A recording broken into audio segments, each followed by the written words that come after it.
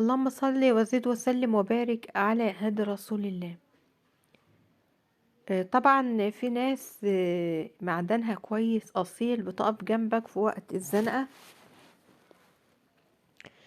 ممكن يكون خالك، عمك، حد قريبك، ابن خالتك، ابن عمتك. ممكن يكون البيوت، زي ما كان في مثل قديم بيقول البيوت من طين المعدن من ذهب، أو القلوب من ذهب. القلوب من ذهب اللي هو قلوب صافية، ما عندهاش لف ودوران وخداع. حد ممكن يكون ربنا ما أردش ان هو يخلف او يتجوز، لكن يعني ربنا محبب فيه خلقه. ما نكرش ان هو وقف معانا او معايا. في مثل دايما بيقول سلم الشدة اللي تبين العدو من الحبيب، او المعدن الاصيل بيبان وقت الشدة. واي حد بيعمل خير بيرجع له الخير ده تاني. مش شرط بقى يرجع فلوس ماديات، ممكن يرجع يرجع أكل، يرجع شرب، يرجع صلة رحم، يرجع مودة، يرجع حاجات ياما قوي. هصور البيت. طبعا هي أوضة بصالة بمنافعها وإمكانيات على قده، لكن في نظري إن هو أغنى حد، لأنه زي ما قلت أثر في حياتي كتير، إن هو وقف معايا، وقف مع ماما. كان دايما قلبه صافي، ما بيحبش الغباء، مالوش دعوه بالحقد والغباء والكلام ده اهو. تمام. فهوريكم نموذج من البساطة، وناس تشوفها بتحبها بيبقى على وش النور. يمكن انا مقصرة معاه في صلة الرحم، لاني يعني مشغولة او تعبانة شوية او شويتين.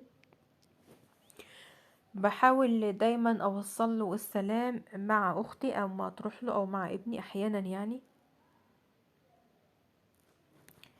في احسن دعوة ما حد يدعي لك، امك تدعي لك ربنا يحبب في خلقه، ربنا يرزقك من نعيمه وفضله.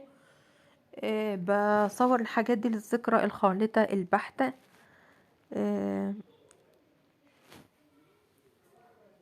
حتى بيقول لي الصوري ليه، قلت له اعمل اهداء كده، او تبقى ذكرى. تمام. هنحاول، انا بقول له هنا يا ريت اديني اختيارات لتعبي، او اديني حلول. قال لي الحل عند ربنا، لان الحياة بالعقل والمنطق حياة صعبة، محنة أو ابتلاء كبير هنشوفه.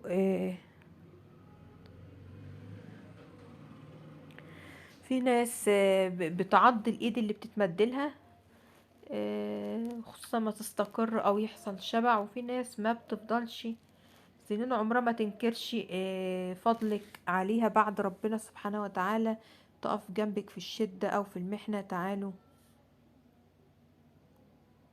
او مش حاجه معينه انا عايزه يعني ايه، ما اعرفش والله. حكايه التصوير عندي دي بقت عكس الاول. اقول ان انا في بيت خالي يا جماعه. هاخد صوره ليك ذكرى يا عالم، اجيلك امتى تاني؟ حكيم انا يعني كل ساعه في حال. انا بقالي خلق قد ايه ما جيتلكش، ده سنين يعني. يلا يا عالم ماما. بقيت التصوير ده عندي غية، مش عارفة ليه. أنا نفسي مش أطفي بقى النور. توفيق، عالم التوفيق. إحساسك إيه يا خالي بعد ما حكيت لك كل الحاجات دي؟ أنا عشان أنا حاسس إنك ارتحتي. ما هو ارتحت، بس يعني قصدي كمسار حياة يعني اديني حلول. لو في حلول كنت انا اللي هحاول واحد احلها لك والله، بس انا الموضوع دوت بيبان. يعني انا قصدي مثلا، يعني تلاقي مثلا اللي عنده سرطان، ده بيقولك في الدول الأجنبية اللي عندهم سرطان ساعات بيدوم حقنة للموت من كتر ما بتبقى بقى الحالات يعني ميؤوس منها ومفيش علاج. فأنا دايما أقول ده أنا ما فيش حلول، 1 2 3. لا إله إلا الله محمد رسول الله.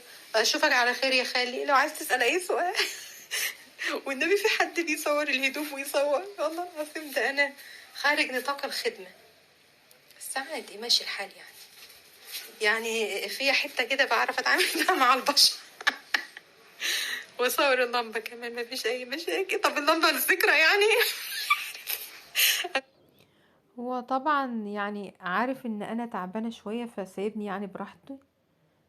وهو من الناس الصالحة، ربنا يدوله الصحة والعافية.